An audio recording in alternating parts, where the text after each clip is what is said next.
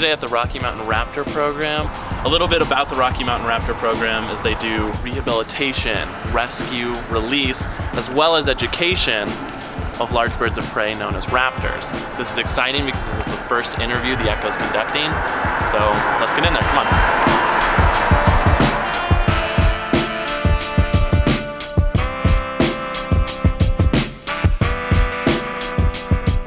Mike Davis here. To learn a little bit more about the rescue, rehabilitation, and release of these amazing birds, we sat down for an interview with the Raptor Program's education director. I'm Carin Avila. I'm the education director at the Rocky Mountain Raptor Program, and this is the continuation of my 16th year with the program.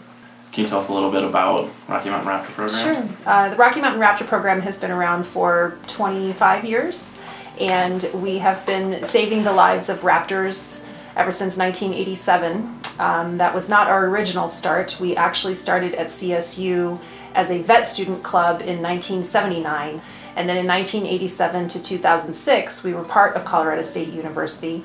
And in that time, we saw over 3,000 injured birds coming into our hospital and rehabilitating around 80 to 85% back to the wild.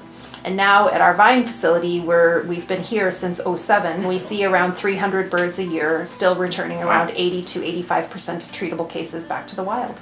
Dang, that's really impressive. Yeah, it's a lot of birds. What does proper care for these raptors look like here? So when patients come in, the first thing we have to do, of course, is to do a field rescue. Okay. And we go out, we go where the bird is, we trap it, bring it in safely, and then assess its injuries. And then we begin the rehabilitation process. We certainly do utilize the veterinarians over at CSU for surgery and x-rays and ophthalmology visits and even sometimes acupuncture and laser light therapy. So lots of different things go into care for the birds. It really does depend on what their injury is and how we need to support that to give them that second chance of freedom. Okay. With the parts of our mission, we have two different classifications of birds. We have our patients, and we also have our permanently disabled educational birds. During the Echo's visit, Carin introduced some of these educational birds. We'll have, as the day progresses, we'll have more birds coming in and more birds coming out. And this is our young male golden eagle.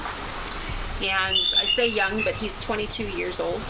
And you can see how his wing splays off to the side there, his right wing. He had an initial injury of impact in some way, shape, or form that broke the humerus high and close to the shoulder girdle.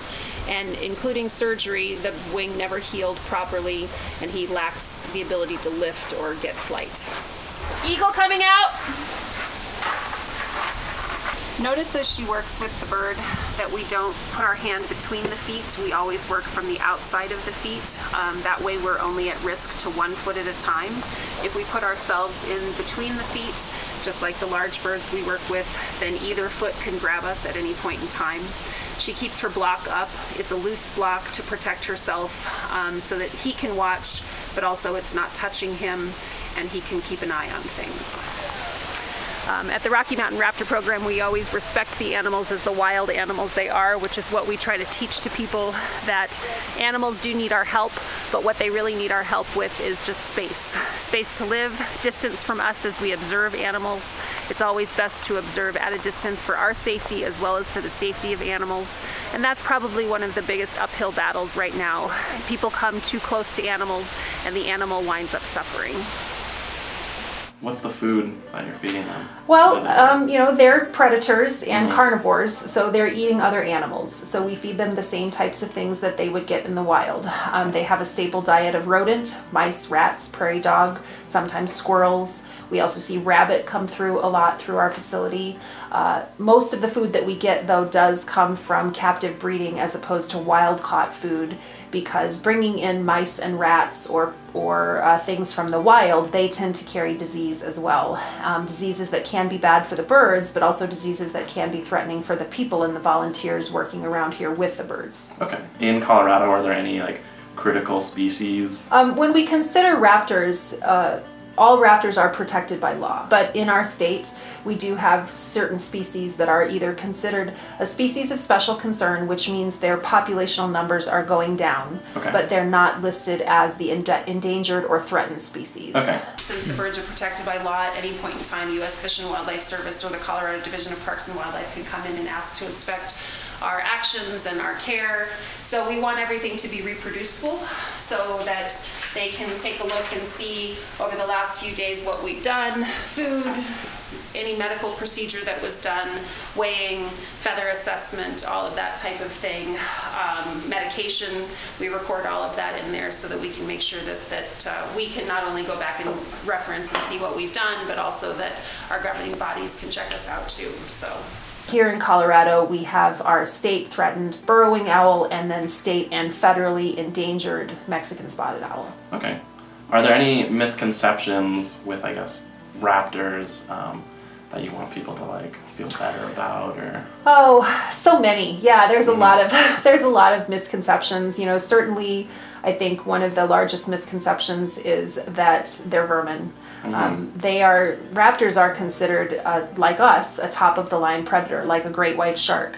They are a tertiary predator, so they help to keep balance and health in our environment. I think another misconception with people is that, I think this is kind of across the board with wild animals, is that wild animals are approachable. We have more and more incidents of human population interacting with wildlife in a dangerous way for themselves, but also the bottom line is that's dangerous for the wildlife. The best thing that we can teach about wildlife is give them space. Let's learn about them, let's understand them, but let's understand that what they need the most from us is a place to live. You know, wild animals adapt to our park living, even though it's more cultivated for human activity, they're still going to be wild animals there. So we are doing a great job here in northern Colorado of maintaining wild spaces so that people can enjoy them with appropriate rules, but also so that wildlife can live there too. They are doing a job for us out there, keeping that balance. I think that respect is important, but also what our role is in protecting the environment. Remember that wild animals have a way of teaching us if we just stop and listen.